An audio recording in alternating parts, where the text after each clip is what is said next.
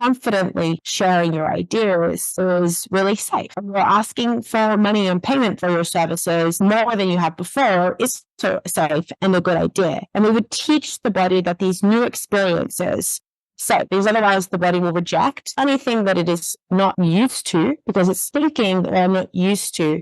Used to is unsafe because they don't know if I'll survive that because it's foreign.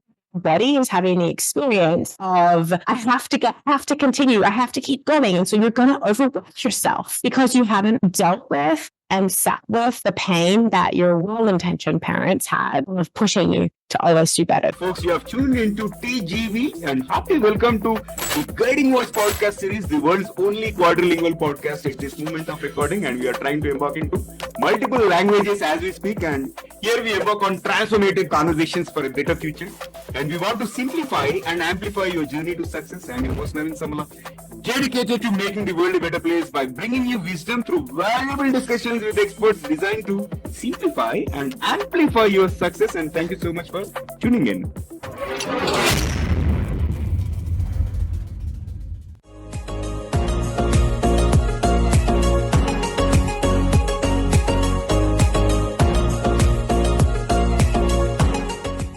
We are joined by Sheridan Rook. She is a nervous system specialist, a somatic trauma therapist, and business coach with over 400 clients worldwide. And she is dedicated to helping entrepreneurs increase profits and reduce anxiety through body-based business strategies that prioritize mental and physical well-being. And Sheridan's unique approach blends nervous system regulation, trauma healing, and practical business tactics, making her a sought-after guide for those seeking sustainable success without burnout. And as we prepare to delve into our conversation on the topic at hand, body-based compass, harnessing your nervous system for business success and tough conversation, here is an exciting twist as always. Let us tickle our guest's brain. So Sheridan, get ready for a rapid fire round of random words. I'll mention a few and I would love to hear the first thing that comes to your mind in response without thinking much. If you're ready, let's get started. Yeah. Alright, here comes the first word: curiosity. Nervous system regulating. Invention. Creativity. Future. Connection and community. Resilience. Bouncing back, but not always being strong. Trauma. Unique to every single person. Authenticity. Completely changing in every moment. Fear. Not always helpful, only sometimes. Compassion. Everyone has more than they realize. Universe. Spaciousness. Role model. The thing that most people are, also without realizing. And here comes the last one: success. Completely different depending on your phase of life. I got a different perspective and your responses are really unique. And Sheridan, thank you so much for participating in the first rapid fire round so sportively, and I really appreciate it. And let us stay tuned for the second rapid fire round toward the end of the episode. And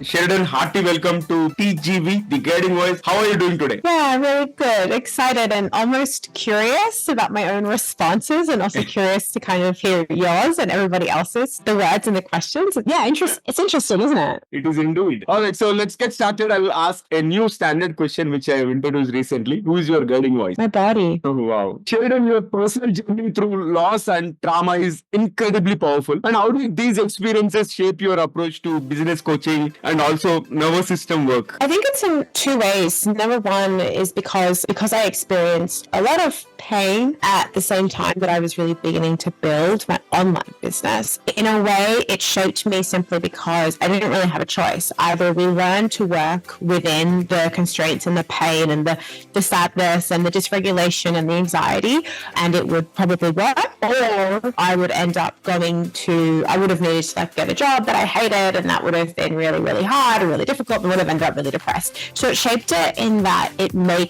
forced me to pick a lane and to be really, really creative with the way that I figured things out. And it also helped me focus more on the question of how do I get to the root cause of all of these different things that are challenging me at the moment, whether that is just because of the way that my brain works, or whether that is just because I was like, how do we be more effective?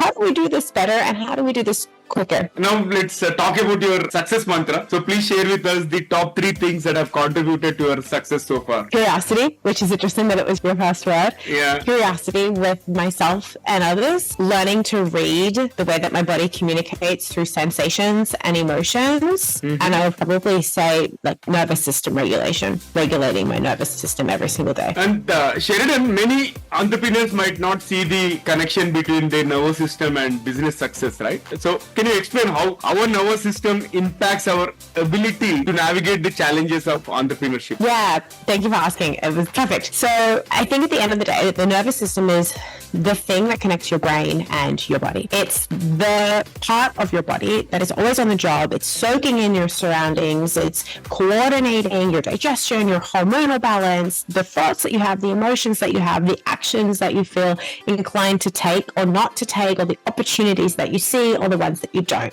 Your nervous system creates the way that you perceive your entire world. So whether it's from your ability to make decisions or your ability to either procrastinate or execute, or giving you the energy that you have, or giving you fatigue, or keeping you feeling like you can go out and connect with other people and speak about your ideas and giving you confidence, or giving you a false sense of I have to pull myself back and do less. Your nervous system is the underlying system that influences all of that. And when we're looking at doing something new, which most entrepreneurs are, when we're looking at doing something that we haven't done before and is a little bit different, the success of that venture is largely, not completely, but largely going to be shaped by our ability to respond creatively, to be innovative, to regulate our emotions against uncertainty or from fear,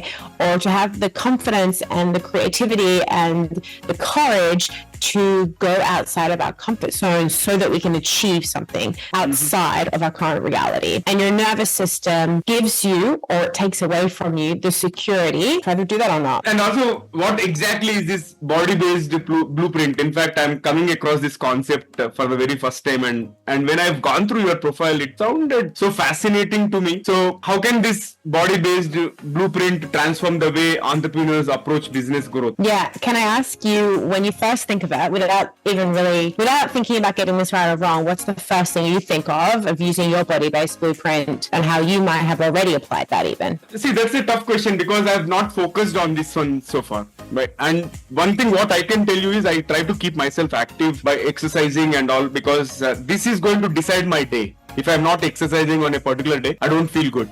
I don't feel energetic, right? So I make sure that I'm fit. That's what I can think of. Yeah. So like when you're exercising, it kind of gives you that feeling, energy and confidence, and like things are going well and we keep moving. True. Do you have specific types of exercise that are particularly helpful? No, I follow the same regimen every day almost. Like I do squats, I do push-ups, right? And I do dumbbells. Those are the things. And apart from that, I also do plank. And this is more or less the same thing which I follow. But sometimes I reverse the order. Sometimes I might begin with push-ups and sometimes I might begin with plank. So within that, it sounds like you've kind of used your own intuition and maybe a bit of trial and error or experimentation to say, okay, well, my business or I perform better when I have movement and consistent routine, right? So we've kind of already tapped in a little bit to your intuition or to your body-based blueprint. The way that I would encourage you or somebody else to go deeper into that is 3 parts. So I have something called body-based business methodology. We have nervous system regulation, we have trauma healing, and then we have the protocols that we create from that. So we might look at, how do I make sure that I'm relaxed and calm and easy going when I'm applying, I don't know, when I'm about to go into a meeting or a sales conversation, or I'm about to speak about something. We would say, what's the blueprint that my body needs to regulate it and bring myself down and outside of stress in that moment. Then if you tend to, well, obviously you wouldn't know because 2-hour podcast, but maybe if one of our listeners was experiencing anxiety around speaking or around sales, for example, they might feel like some tension in their chest, maybe their body gets a bit weird, maybe they kind of want to like push it away, or maybe they feel like they have to rush through the conversation and speak very quickly. Then we would look at using body-based tools to look at and teach the body that speaking slowly and articulately or confidently sharing your ideas is really safe, or asking for money and payment for your services more than you have before is so safe and a good idea. And we would teach the body that these new experiences are safe, because otherwise the body will reject anything that it is not used to, because it's thinking that what I'm not used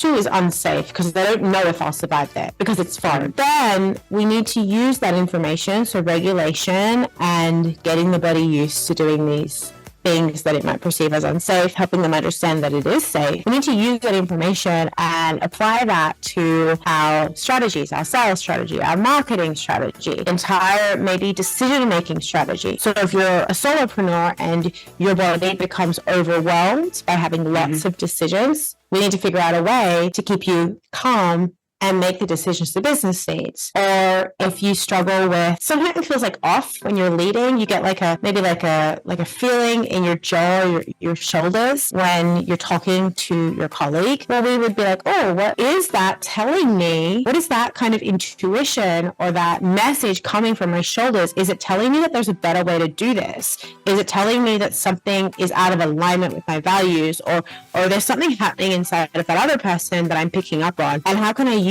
all of that information that my body is consistently taking in to be outstanding and be extraordinary in everything that I pursue? And let's move to the next one. And this is more around the traumas, right? So how can this unresolved trauma hinder an entrepreneur's ability to succeed? And what role does this somatic therapy play in overcoming the barriers? I think that trauma is often triggered in entrepreneurship because entrepreneurship has so much uncertainty, and it also challenges our growth. It has so much opportunity because there is so much uncertainty, but uncertainty tells the body that something is not safe. So trauma often comes around uncertainty, or trauma teaches us that we're not good at something, or other people are unsafe, or the world is unsafe, or all of our money will disappear. And it leaves a mark on your nervous system. This mark informs the way that you perceive all of your stimuli. And it's not just occurring based on what has happened in your personal life. In fact, your nervous system holds 7 generations of information, meaning that if your ancestors experienced scarcity around money, it might be difficult for you to take risk in entrepreneurship because you're thinking money will run out, because that's what your ancestors experienced, right? Yep. So trauma, it makes our emotions go up and down. It makes it difficult to have confidence in our decisions, to connect with other people. It affects our beliefs about ourselves. And I think a lot of it is it takes a lot of energy for the body to hold, meaning that we have to develop all of these coping mechanisms. We eat too much, or we worry too much, or we struggle with our sleep, or we stress too much, or we have difficult relationships, we don't feel connected, it goes up and down. And all of these things take energy away from building our business, making more money, putting our work out into the world. And I think that we both know whenever you do something, it requires energy, right? You can't, it has to be a baby. So when we're living life from trauma, we're probably doing things that are sabotaging our success, making it more difficult, and it feels harder. Maybe we get burnt out as well because we're overworking, because we don't want to deal with the pain that is inside. That's a really difficult question to answer effectively and to the scope that it really deserves. But I think in summary, it affects the way that we perceive the world. And we can talk about it all day, we can think about it all day, we can journal about it all day, but the only way that the body can believe that the beliefs and the coping mechanisms that it developed through trauma are no longer applicable and supportive is that we need to have an embodied experience that it's not. And science shows us all of the practices over the last thousands of years show us that when we use somatic, being the body, therapeutic somatic practices to change the way the body perceives the world, we are able to liberate all of the energy, all of that creativity, all of that connection, and get that upward spiral of like, things are working and I know how to make them work even more. All right, that's great. And also you mentioned the importance of using our nervous system to handle difficult conversations, right? So I'm curious curious to understand some strategies for staying grounded and effective during high stress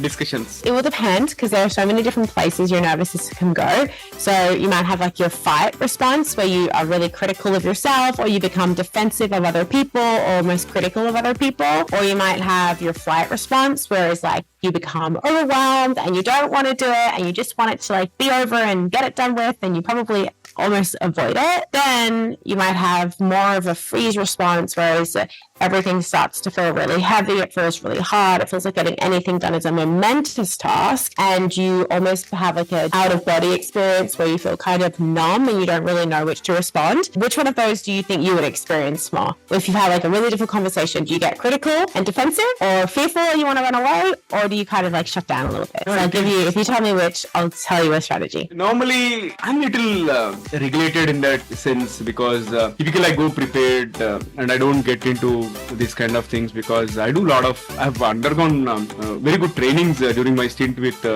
GE, and I don't really give it a thought saying that this is going to be a tough conversation. Any conversation is going to have an outcome, right? So I think about, I'll be prepared for both good and bad. That would be my take. Yeah, so that's actually really regulating in that what you do is like every conversation is going to have an outcome, but it makes me wonder if maybe your tendency is, if you were to go there, if we were in a different situation, is more of that fight. And so because it's like we're moving towards something, so it's like I want to get to something, I want to push almost in an unhealthy place. It could come to like I want to push to an outcome. You know how to challenge that because you have experience with it, and you know yourself, so you don't need that so much. But if we perhaps in a different world we haven't learned that, and you have a fight response, meaning you get defensive and you want to like push to figure out the outcome, we really need to focus on strategies that are really calm and cooling. And so I have a nervous system PDF that's really helpful for this.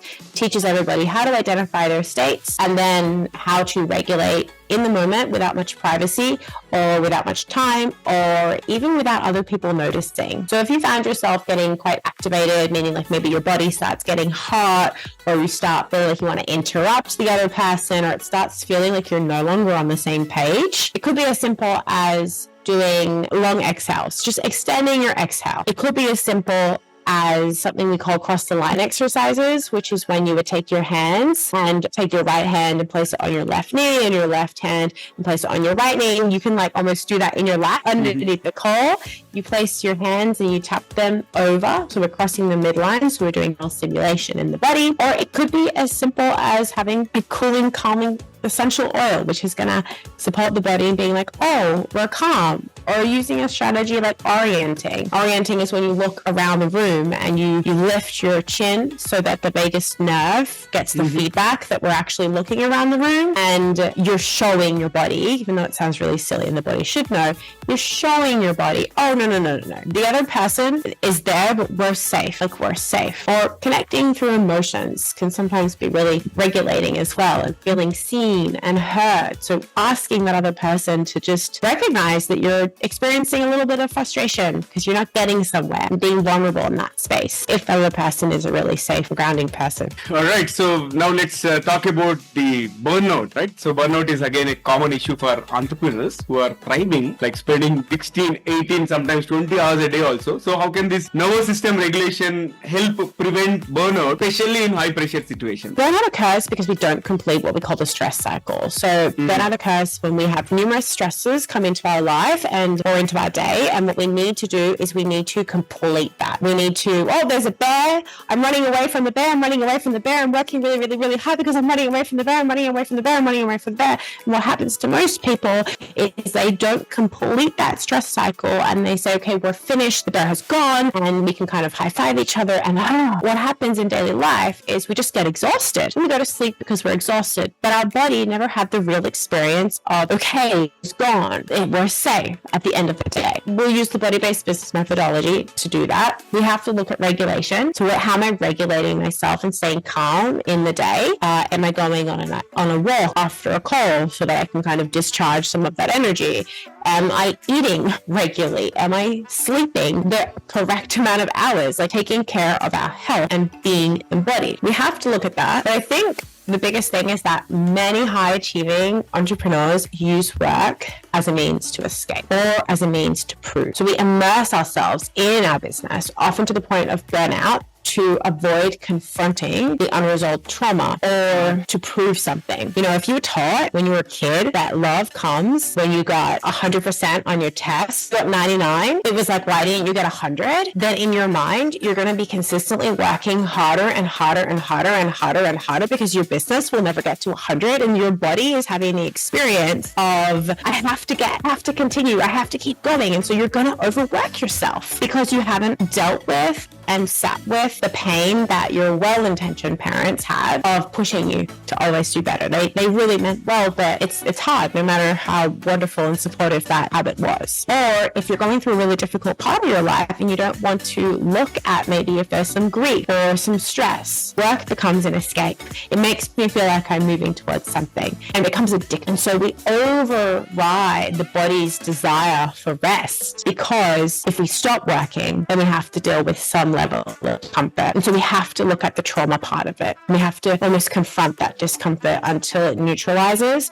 And that way we can make a conscious decision of how do I actually do my work better without having to work such long days. And then we have to build a business that supports that, meaning that your sales cycle or the way that your revenue is structured or the partnerships that you have, they can't require you to work 20-hour days. You have to structure the business differently and you have to get creative about it, I think. Hello, I'm Steve Ahern, one of the judges of the Asia Podcast Awards. I'm interrupting this episode to let you know that you're listening to an award-winning podcast. This podcast won its category in the 2024 Podcast Awards, so you know you're listening to quality. Enjoy your listening experience, and congratulations to the team who created this award-winning podcast for you. Amazing, Sheridan, and this has been fabulous conversation, and it's time for us to add some more spice and some more excitement to the episode. If you are ready, I'm going to kick off the second rapid fire round with a set of intriguing questions. Okay, here comes my first bullet. If you could have one gigantic billboard, anything on it, what would it say? Your anxiety is a sign that something inside is asking for your attention. It's not a problem you need to fix. And can you describe yourself in just one word? Curious. One piece of advice you would give to your own younger self. Oh my gosh, just believe in yourself more. And what's a common myth about nervous system work you would like to debunk? This is a very good question. This is a very, very, very good question. Dysregulation is not bad. In fact, activation and dysregulation is essential to you having a fulfilling life.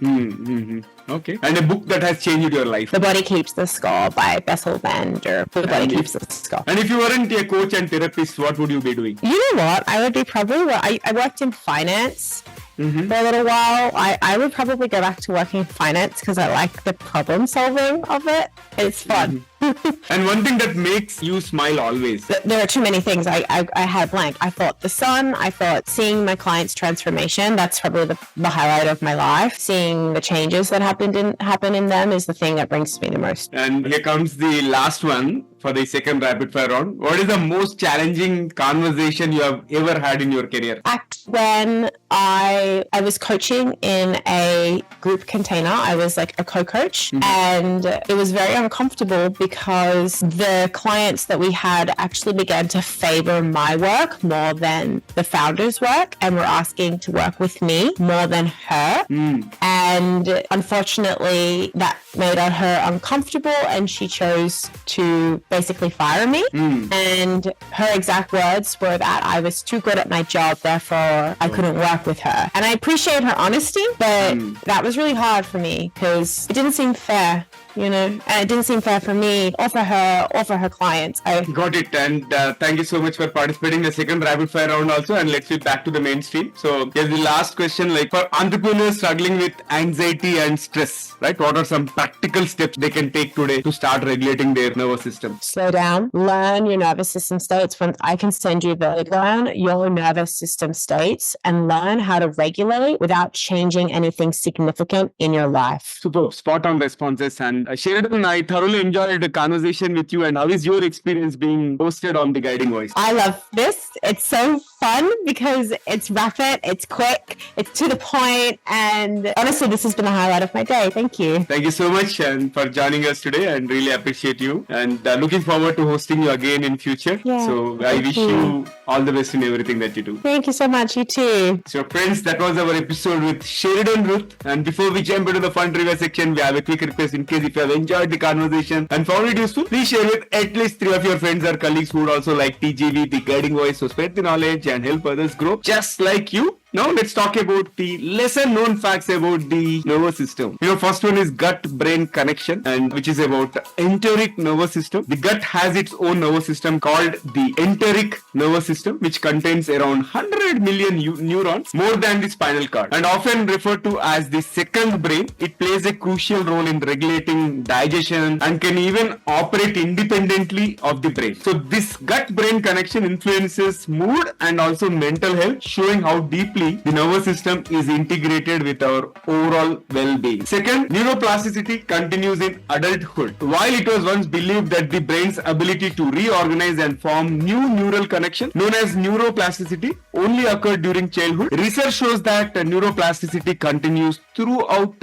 adulthood. This means that the nervous system can adapt and change in response to new experiences, learning, and even healing from injury or trauma well into old age. In fact, Sheridan has touched a lot of aspects in terms of by regulating the nervous system, you can deal with stress, anxiety, burnout, and you can essentially control your life, right? And the last one is myelin's role in fast signal transmission. The speed at which nerves transmit signals is enhanced by myelin, which is a fatty substance that wraps around nerve fibers. And myelin acts as an insulator, allowing electrical impulses to travel quickly and efficiently. And interestingly, conditions like multiple sclerosis involve the degradation of myelin, leading to slower signal transmission and various neurological symptoms. And the discovery of myelin critical role has advanced our understanding of many neurological diseases. So folks, that's it for today. And in case if you are already regulating your nervous system, do let me know your tips in the form of comments. If you are watching this episode on YouTube, or if you found this on audio platforms through some social media platforms, you can comment there as well. So thank you so much for tuning in and also for being part of our awesome TGV community.